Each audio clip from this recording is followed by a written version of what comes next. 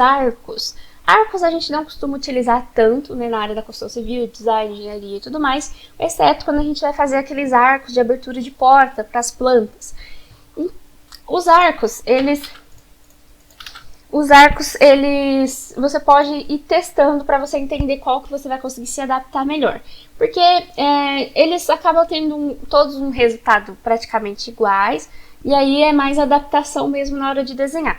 O que eu recomendo, que eu gosto bastante de utilizar, é esse aqui. Ele é o primeiro, segundo, terceiro, quarto, quinto, sexto. Ele é o sexto, é Start, End, Direction, que é início, fim, direção, alguma coisa assim, né?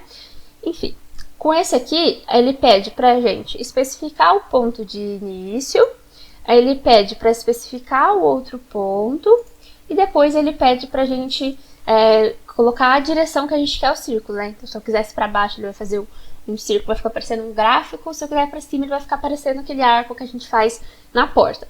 Como o meu F8 tá ligado, ele já deixa aqui 90 graus ou 0 graus no nosso arco. Então, ele vai formar um arco perfeito. Aqui ele não tá um arco perfeito porque a gente tá com duas medidas diferentes. Mas aqui, ó, por exemplo, vou colocar aqui 50 e subindo aqui 50.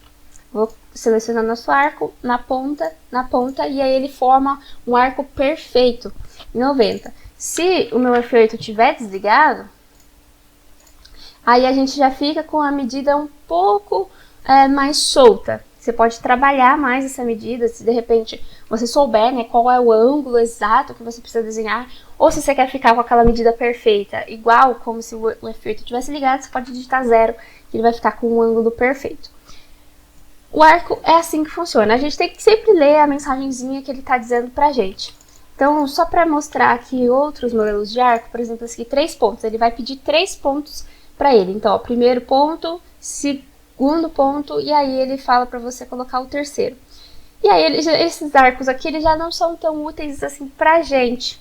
Mas, quando você precisa de curvaturas diferentes, por isso que depende muito de cada situação que você estiver utilizando. Todos eles. Então, a depender do que você for desenhar, você pode ir testando qual vai funcionar melhor para você. Mas basicamente, ó, todos vão ter um estilo de desenho parecido, o intuito final parecido, né? Certo.